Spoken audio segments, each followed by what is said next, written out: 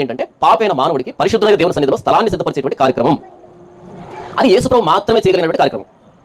దీని గురించి మాట్లాడాడు. నేను వెళ్తున్నాను. ఎందుకు వెళ్తున్నాను అంటే మీకు స్థలాన్ని సిద్ధపరచడానికి. ఎక్కడ? దేవుని సముఖంలో.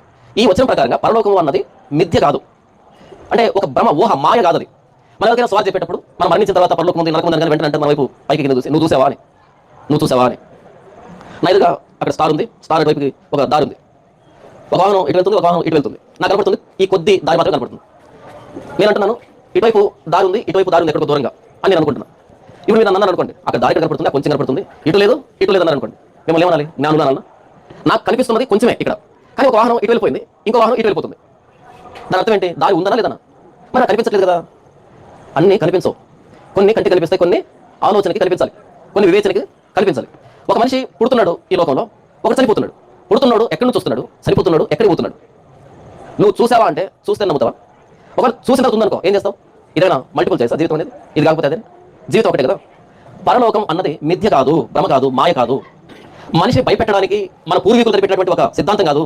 మరణించిన తర్వాత పరలోకం నరకం అన్నది మానవుడిని కట్టడలో పెట్టడానికి, హద్దులో పెట్టడానికి నరకం అనే దాన్ని మన పూర్వీకులు సృష్టించారు, పరలోకం దాన్ని సృష్టించారు. అంతే తప్ప అవి రెండు లేవు, ఎవరు చూశారు అనేటువంటి ఒక మూర్ఖపు వాదన సమాజంలో తిరుగుతుంది. సాక్షాత్ యేసు ప్రభు చెబుతున్నాడు. ఎందుకు యేసు ప్రభు అంటే ఈ ప్రపంచంలో ఎవరి మాటనైనా 100% నమ్మాలి అంటే ఆయన ప్రభువుని యేసుక్రీస్తు మాత్రమే. ఎందుకంటే ఆయన యోహాను 8 ఏమంటాడు? నా యందు పాపం ఉన్నదని మీరు ఎవరైనా స్థాపించగలడా, నాలో పాపం ఉన్నదని మీరు ఎవరైనా స్థాపించగలడా అని ఈ ప్రపంచాన్ని సవాల్ చేసినటువంటి ఏకైక వ్యక్తి